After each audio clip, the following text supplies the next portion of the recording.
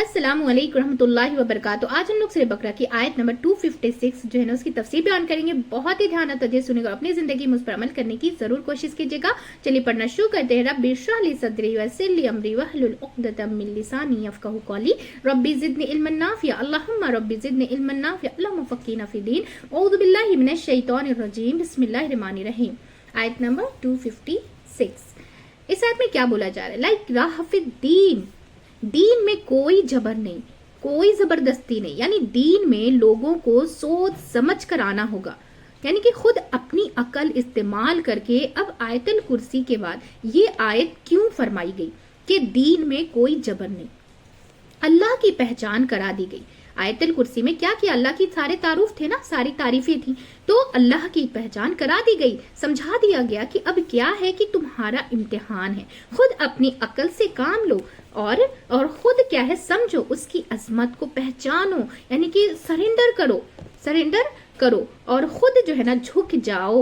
इतने बड़े रब के साथ कोई और शरीक नहीं हो सकता, कोई और इबादत के लायक हो ही नहीं सकता। जब तुम ये मान जाओ तो खुद जो है ना खुद चले आओ। जैसे जमीन और आसमान को अल्लाह ने कहा था कि खुशी से आते हो या ना खुशी से, तो उन्होंने कहा था कि खुशी से आते हैं। तो इसी तरह हर इंसान अक्ल और समझ रखता है और वो अल्लाह को पहचान कर करे, वो अल्लाह को क्या खुद पहचान कर करे, खुशी से सर झुका दे। इस्लाम का ये जो है ना तरीका नहीं कि इस्लाम का ये तरीका नहीं कि लोगों को जबरन मुसलमान बनाया जाए, यानी कि ला इकराह फिद्दीन, दीन में कोई जबर नहीं है। इसका ये मतलब नहीं कि एक दफा इंसान जो है ना मुसलमान हो जाए और फिर कहे कि मैं चोरी भी करूंगा, फिर क्या है शराब भी पीऊंगा और सब गलत काम करूंगा, तो कि दीन में जबर नहीं, ये नहीं है। इसका मायना दीन के अंदर दाखिल होने में जबर नहीं है। इसका मायना क्या है कि दीन के अंदर दाखिल होने में कोई जबरदस्ती नहीं है।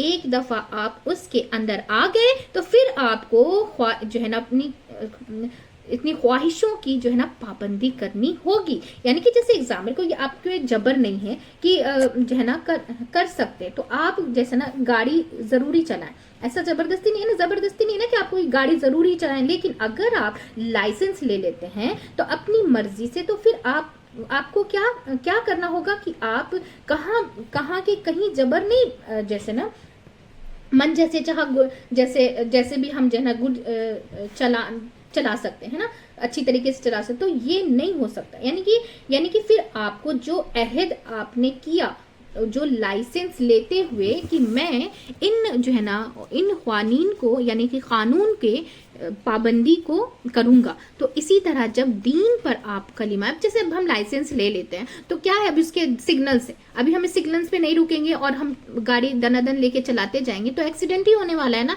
और फिर हम दूसरे को ब्लेम करेंगे कि हमारी गाड़ी का इसने एक्सीडेंट कर दिया, उसने आपने अपने रूल्स को फॉलो नहीं किया। तो यहाँ पे यही बात समझाई जा रही कि एक बार जब आपने लाइसेंस ले लिया, आपने जब वहां कह दिया है, वहां पे हमको ये करना पड़ता है ना, जैसे टिक करना पड़ता है कि हाँ ये इसके रूल्स हैं और हम ये इसको अप्लाई करते हैं, फिर हमें लाइसेंस बनता है ना हमारा। तो फिर इसी तरीके से बताया जा रहा है कि जब दीन पर आप कलिमा पढ़कर दाखिल हो जाते हैं तो आपको सारी बातें माननी होगी। फिर आप उज्र नहीं कर सकते कि कोई मजबूरी नहीं, कि अब फ्री चॉइस नहीं है आपको कि अगर आप अपनी मर्जी करेंगे तो ये धोखा देना होता है। फिर नबी सल्लल्लाहु अलैहि वसल्लम को भी कहा गया कि आप नसीहत करने वाले हैं, जबर करने वाले नहीं। आप नसीहत करने वाले, आप जबर नहीं कर सकते, क्योंकि आप सल्लल्लाहु अलैहि वसल्लम का भी तरीका यही था कि उन्होंने अपनी तरफ से जो भी वही आती थी पहुंचा देते थे। अब मानना नहीं बनना हमारा काम है ना। तो फिर अब क्या है, अब आगे बताया जा रहा है कद तबय्यन रुश्द मिनल गई, यानी कि हिदायत गुमराही से अलग हो चुकी है, यानी कि बिल्कुल क्लियर और वाज़ेह हो चुकी है कि कैसे हुई है, किसके जरिए हुई है, कैसे पता चलेगा। हिदायत और गुमराही में फर्क क्या है, कि क्या चीज वाजे करती है, अल्लाह की किताब की, उसके रसूल सल्लल्लाहु अलैहि वसल्लम की सुन्नत, नबी सल्लल्लाहु अलैहि वसल्लम के तरीके सीरत, अब की سیرت جو ہے نا آپ صلی اللہ علیہ وسلم کی اور خلفائے راشدین کے طریقے، یعنی کہ خطاب کیا ہے کہ ہم نے آپ کی طرف قرآن اس لیے نازل کیا کہ آپ لوگوں کو واضح کر دیں کہ ان کی طرف کیا آیا ہے، تو اپنی وضاحت جو ہے نا اپنے طریقے سے سب ہدایت کو واضح کرنے والی ہے، یعنی کہ صحیح اور غلط کیا ہے۔ آپ دیکھیے کہ جو ہے نا آیت الکرسی میں جو اللہ سبحانہ وتعالیٰ کا تعارف ہے، یا پھر یہ بھی کیا بیان کر رہا ہے کہ عبادت کے لائق کون ہے، کہ توحید جو ہے نا توحیدیت کے لائق، توحید تو ہدایت تو بالکل سامنے ہے، واضح ہے، گمراہی بھی واضح ہو گئی ہے، ٹھیک ہے نا۔ تو اب یہاں پہ بتایا جا رہا ہے فَمَن يَكْفُرْ بِالطَّاغُوتِ، تو جو طاغوت کا انکار کرے گا۔ طاغوت کون ہے؟ اللہ کے سوا سارے معبود طاغوت ہیں، اللہ کے سوا سارے جس کو ہم معبود مانتے ہیں وہ سارے طاغوت ہیں، یعنی کیونکہ ان کو جو ہے نا بندگی کے لیے کہا گیا ہے، معبود بننے کے لیے نہیں کہا گیا ہے، بندگی یعنی کہ عبادت کے لیے کہا گیا ہے۔ کسی بھی معبود میں یہ صفت ہے جو اللہ سبحانہ تعالیٰ کا تعارف آیت الکرسی میں بیان ہوئی ہے۔ کسی بھی معبود میں اگر ایسی صفت ہے تو پھر ہم اس کو مانیں گے، لیکن اگر صفت نہیں ہے تو پھر صرف ہم ایک اللہ سبحانہ تعالیٰ کو مانیں، کسی میں بھی نہیں ہے، نہیں کوئی معبود ایسا ہے تو ہمیشہ سے زندہ ہے، نہ اسے اونگ آتی، ہم نے آیت الکرسی میں پڑھا، نہ اسے نیند آتی ہے، وہ زمین اور آسمان کی مسلسل جو ہے نا اس کی حفاظت کرتا رہتا ہے، اور مسلسل جو ہے نا سب کو کھانا پینا ہر کچھ، دن کو صحیح طریقے سے، رات کو سورج ٹائم پہ نکلتا ہے، چاند رات میں صحیح طریقے سے نکلتا ہے، کب ڈوبتا ہے کب نکلنا ہے، سب کچھ نظام چل رہا ہے، ایک بھی چیز ایسی نہیں ہے جو قدرت سے رکی ہوئی ہے، ہوا مل رہی ہے، پانی مل رہا ہے، ہر کچھ مل رہا ہے ہمیں، موسم چینج ہو رہے ہیں، ہر کچھ جب جیسا ہونا ہے ویسے سب کچھ ہو رہا ہے، تو وہ کون کر رہا ہے؟ وہ اللہ سبحانہ تعالیٰ کر رہے ہیں نا، اگر وہ کوئی کر سکتا ہے، کیونکہ وہ کیا ہے، وہ پیدا کرتا ہے، وہ پیدا ہوتا نہیں ہے، وہ کھلاتا ہے، وہ کھاتا نہیں۔ یہ بات اگر ہمارے ذہن میں آ گئی تو پھر ایک معبود کو ہم سب جو ہے نا ماننے لگ جائیں گے انشاءاللہ تعالیٰ۔ اب جیسے کہ ابھی صرف یہاں پہ جو ہے نا نان مسلم یا پھر جو صرف خدا کو نہیں مانتے ان کی باتیں، یا ہر ایک انسان کی بات بتائی جا رہی ہے کہ اگر آپ نے اللہ کو بھی مانتے ہیں، کلمہ بھی پڑھ لیا، اور پھر آپ اس کے ساتھ برائی بھی کر رہے ہو، تو پھر آپ دین میں پوری طریقے سے داخل نہیں ہوئے۔ یہ نہیں کہ آپ شراب بھی پی لو، آپ جوا بھی کھیلو، جس سے قرآن میں منع کیا گیا ہے وہ آپ کر رہے ہو، تو پھر آپ مسلمان نہیں ہو، یعنی کہ آپ نام کے لیے آپ کو ٹیگ ملا ہوا ہے کہ آپ مسلمان ہو، لیکن آپ پوری طرح داخل نہیں ہو، آپ اپنی جو ہے نا غلط عادتوں کو نہیں چھوڑ رہے ہو۔ تو اسی بات پہ یہاں پہ یہ بتایا جا رہا ہے کہ ہمیشہ رہا نہیں، یعنی کہ کیا ہے کہ معبود ایسا ہے کہ ہمیشہ سے زندہ ہے اور ہمیشہ رہے گا نہیں، کوئی ہے تو دوسرے کو جو ہے نا تمہیں جو ہے نا تھامے ہوئے ہیں، ان کا خود سہارا چاہیے، ان کو کیا خود سہارا چاہیے ہوتا ہے۔ کوئی ہے جسے نیند کی ضرورت نہ ہو؟ نہیں ہے نا، کوئی نہیں ہے کہ جو ہے نا پریزنٹ میں یا پاسٹ میں یا فیوچر جانتا ہو، کوئی نہیں جانتا نا کہ ابھی ہم آپ سے باتیں کریں، ابھی ہم آپ کے تک قرآن کی آیتیں پہنچائیں، ابھی ودن سیکنڈ میں اگر میری موت لکھی ہے تو کیا ہمیں پتا ہے کہ ہماری موت ابھی لکھی ہوئی ہے؟ نہیں پتا ہے نا، تو بس صرف جو ہے نا غیبی چیز جو ہے نا اللہ ہی سبحانہ تعالیٰ کو، کیونکہ وہ بھی غیب ہے نا، اسے بھی ہم اسے بھی نہیں دیکھ سکتے، صرف ہم کو پتا ہے کہ اللہ سبحانہ تعالیٰ ہے، ہمیں اس کی عبادت کرنی ہے، ہم اس کے بندے ہیں، اور ہمیں دکھائی نہیں دیتا۔ اسی طرح جب ہمیں کوئی بھی ہمیں پریزنٹ نہیں پتا کہ ابھی اس وقت کیا ہونے والا ہے، فیوچر نہیں پتا، پاسٹ نہیں پتا، تو ہم کیسے کسی کو معبود بنا سکتے ہیں؟ ٹھیک ہے نا، ہو نہیں سکتا۔ تو اس کے لیے کیا ہے نا، سب برابر ہی ہے، یعنی برابر ہی ہے، نہیں کوئی ہے جس کا علم وسیع ہے، کوئی ہے جس کا علم وسیع ہے جو جانتا ہو پاسٹ فیوچر پریزنٹ سب کچھ، جیسے اللہ کا نہیں، کوئی نہیں ہے۔ کوئی ہے جو زمین اور آسمان کی حفاظت کر رہا ہو؟ نہیں، کوئی نہیں ہے۔ تو یہ عقل مانتی ہے کہ کوئی بھی ایسا نہیں، تو پھر کیسے اللہ کے سوا کسی اور کو جو ہے نا کسی اور کی عبادت کر سکتے ہو؟ تو اللہ کی عبادت بھی ضروری ہے، اس کے ساتھ ساتھ سارے طاغوت کا انکار ضروری ہے۔ اسی لیے ہم کلمہ کیسے پڑھتے ہیں نا، لا الہ، نہیں کوئی الہ برحق، لا الہ الا اللہ محمد الرسول اللہ، اور اللہ کے سوا نہیں کوئی الہ برحق اور محمد صلی اللہ علیہ وسلم اللہ کے رسول ہیں. یہی ہے نا کلمہ. تو سب سے پہلے نفی کرتے ہیں کس کے؟ سارے الہ کی. سب نفی یعنی کہ انکار کرتے ہیں. باقی جتنے الہ ہیں اللہ کے سب کا انکار کرتے ہیں. اب اس میں آگے بتایا جا رہا ہے فَمَن يَكْفُرْ بِالطَّاغُوتِ وَيُؤْمِن بِاللَّهِ اور جو کفر کرے گا طاغوت کا اور ایمان لائے گا اللہ پر تو کیا ہوگا؟ اب آگے کیا ہے؟ فَقَدْ اسْتَمْسَكَ بِالْعُرْوَةِ الْوُثْقَىٰ تو گویا اس نے مضبوط کڑا پکڑ لیا. اب اس کو ایک سہارا کیا ہے؟ مل گیا. ایک کیا ہے؟ سہارا مل گیا. اب یہاں آگے بتایا جائے لن فسام لہا جس کو کبھی بھی نہ ٹوٹنا، جس کا کبھی ایسا ہو ہی نہیں کہ ٹوٹنا، یعنی کہ جسے اللہ کی معرفت حاصل ہو جائے، جس کو اللہ کی پہچان ہو جائے، اللہ پر یقین ہو جائے، وہ اللہ کو جو ہے نا وہ اللہ کو آپ کا سب کچھ سمجھنے لگے تو پھر وہ کبھی زندگی میں مایوس نہیں ہوگا، کبھی مایوس نہیں ہوا. وہ کیا ہے؟ وہ ڈپریشن کا شکار نہیں ہوگا، کیونکہ اس کو پتا ہے کہ اس کا ایک رب ہے، اس کا ایک رب ہے جو اس کی ضروریات پوری کرنے والا ہے، جو اسے بے سہارا نہیں چھوڑے گا. تو توحید کا سب سے بڑا فائدہ کیا ہوتا ہے کہ اللہ سبحانہ تعالیٰ کو کا جو ہے نا اس کے بندہ بننے کا سب سے بڑا فائدہ کیا ہوتا ہے کہ ان سب کو ایک مضبوط جو ہے نا سہارا مل جاتا ہے. ہر انسان کمزور ہے نا کمزور. تو پھر کیا ہم سب کمزور، ہم سب کو سہارے کی ضرورت ہے نا. تو یہاں یہ نہیں ہم کہ ہم نہ کسی پر جو ہے نا ڈپینڈ ہے، ایسا نہیں ہے. لیکن کیا ہے کہ ہم جتنے چاہیں انڈیپینڈ ہو جائیں، پھر بھی ہم ڈپینڈ رہتے ہیں.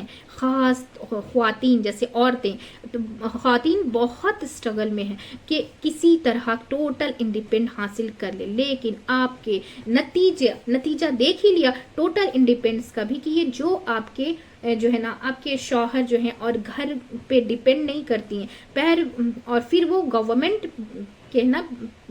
کی ڈیپینڈ کرتی ہیں کے اوپر ڈیپینڈ ہو جاتی ہیں. یعنی کہ اگر گورنمنٹ میں کوئی نوکری کر رہی تو ان کو اپنی ضروریات کے لیے وہ کون سے مدد چاہیے ہوتی ہے نا، تو بہتر ہے کہ شوہر پہ ڈیپینڈ کریں، یعنی کہ بجائے اس کے کہ سوشل انڈیپینڈ کے ڈیپینڈ کریں. یعنی کہ جو عورت اپنے گھر میں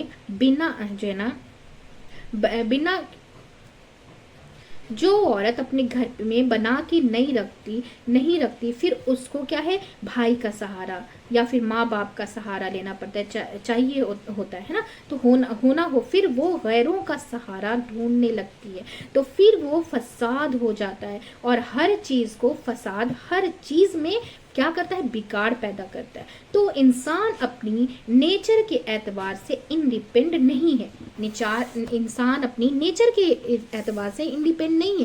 اس کو کسی پر ڈیپینڈنسی چاہیے. اور سب سے بہترین ہستی جس پہ کوئی ڈیپینڈ کر سکتا ہے وہ کون ہے؟ وہ اللہ سبحانہ تعالیٰ. اور یہ ڈیپینڈنس کب آتی ہے؟ جب انسان سب کا انکار کر کے صرف اللہ کا سہارا پکڑ لے.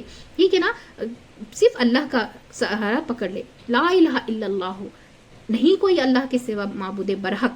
ٹھیک ہے نا. اسی لیے مصیبت کے وقت کیا سکھایا گیا ہے کہ جو ہے نا شرک کی ٹوٹل نیگیشن کر دے، یعنی کہ اس کو اپنی زندگی سے نکال دے، تب یہ سہارا ملے گا. یعنی کہ جس میں ٹوٹنا تو کیا، جس میں درار بھی جو ہے نا نہیں آئے گی، پھر ایسا مضبوط رشتہ اللہ سے قائم ہو جائے گا کہ جس میں کوئی اور خلل انداز نہیں ہو سکتا، جس میں کوئی بھی خلل، کوئی بھی ڈسٹربنس اس میں داخل نہیں ہو سکتی. واللہ سمیع علیم، اور اللہ کیا ہے کہ سننے والا ہے، خوب سننے والا ہے اور خوب جاننے والا ہے. تو بتائیں کہ ہدایت کا راستہ بعض اوقات واضح ہو بھی جاتا ہے، لیکن پھر بھی کیا ہے؟ شیطان کیا کوشش کرتا ہے کہ انسان کو جنک گمراہی کی طرف لے جائے. اب شیطان سے بچنے کے لیے کیا کرنا چاہیے کہ اللہ سے مضبوط تعلق چاہیے. شیطان یہ وعدہ کیا تھا کہ میں سب کو جو ہے نا بھٹکا کے لے جاؤں گا،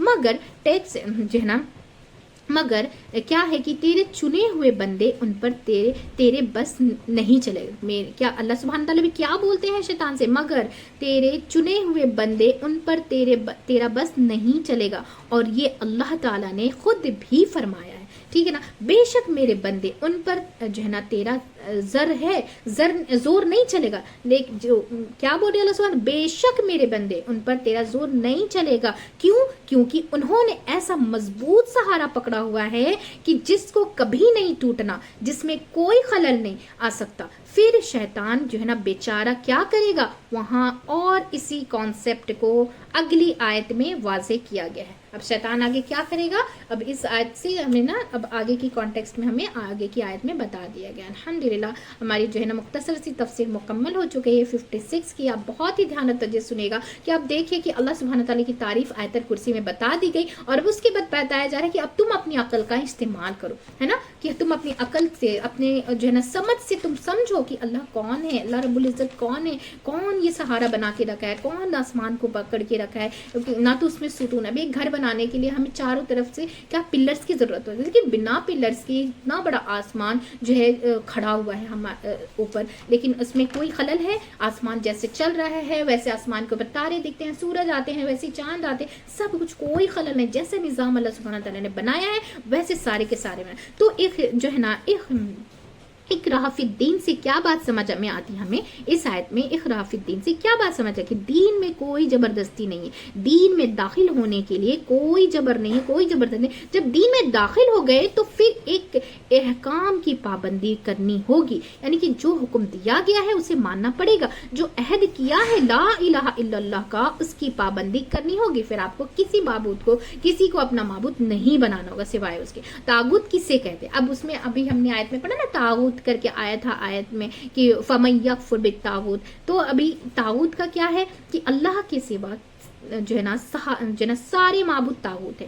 तागुत हर वो सरकश और जो है ना कुदरत या फिर ताकत जो अल्लाह की बुनियादी करने जो है ना बंदगी करने से, इताअत करने से रोके, वो तागुत कहलाती है। अब ऐसा नहीं कि सिर्फ बता दिया कि सिर्फ बूत है। अब जैसे कि हमारे दिल में अल्लाह के सिवा अगर कोई चीज की मोहब्बत आ गई, अब जैसे क्या है कि हमारे पास बच्चे, हम बच्चों को इतना प्यार करने लगे, इतना उनके लिए एकदम मर मिटने की तैयार कि नमाज का भी वक्त आया तो हम छोड़ देंगे, ठीक है बाद में नमाज पढ़ेंगे, बच्चों को पहले देख लेते हैं, पहले खिला देते हैं, पहले पिला देते हैं, मतलब दुनिया का हर काम कर लेते हैं। या फिर अगर मॉल की मोहब्बत आएगी तो पहले कमा लेते हैं, फिर नमाज पढ़ेंगे, देखा जाएगा टाइम मिलेगा तो करेंगे, नहीं तो नहीं करेंगे। तो ये तागुत है, यानी कि आपने अपने दिल में अल्लाह के सिवा किसी ना किसी चीज की ऐसी मोहब्बत पकड़ के रखी है कि जो अल्लाह की बंदगी करने से रोक रहा है आपको, ठीक है ना। इसको बोलते हैं तागुत, इसको क्या बोलते हैं, तागुत कहलाती है। अगर इंसान अल्लाह पर ईमान ले आए और उसी को मजबूत थाम ले तो इंसान को अल्लाह का सहारा मिल जाता है। अल्हम्दुलिल्लाह, ठीक है ना। तो अल्हम्दुलिल्लाह हमारी जो है तफसीर मुकम्मल से जो है ना मुकम्मल हो चुकी है। बहुत ही ध्यान तो सुनने को और बहुत बारीकी से समझने की बात है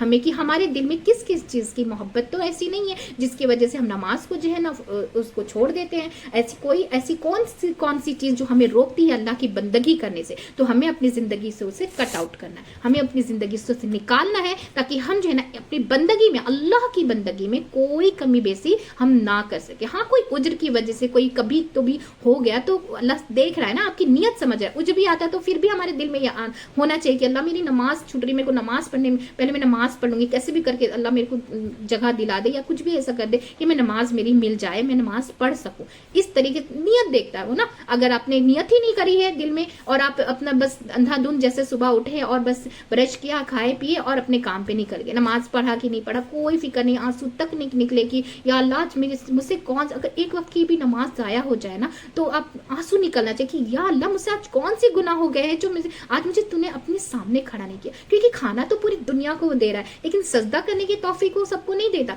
सजदा करने की तौफीक उसी को देता है जिसको वो पसंद करता है, ठीक है ना। तो पसंद भी उसी को करेगा जब हमारा दिल करेगा, जब अंदर से हमारी नियत रहेगी वैसी, तभी आप कर पाओगे, ठीक है ना। तो अल्हम्दुलिल्लाह सब एक फैमिली के जैसा मिलकर इसे ज्यादा से ज्यादा शेयर करेंगे ताकि हम सब जो है ना कुरान समझकर पढ़ने वाले बन जाए इंशाअल्लाह ताला और उस पर अमल करने वाले बन जाए इंशाअल्लाह ताला। चलिए दुआ पढ़ लेते हैं। सुब्हानक अल्लाहुम्मा व बिहम्दिका व नशहदु ला इलाहा इल्ला अंता नस्तगफिरुका व नतूबु इलैक। अस्सलामु अलैकुम व रहमतुल्लाहि व बरकातुहू।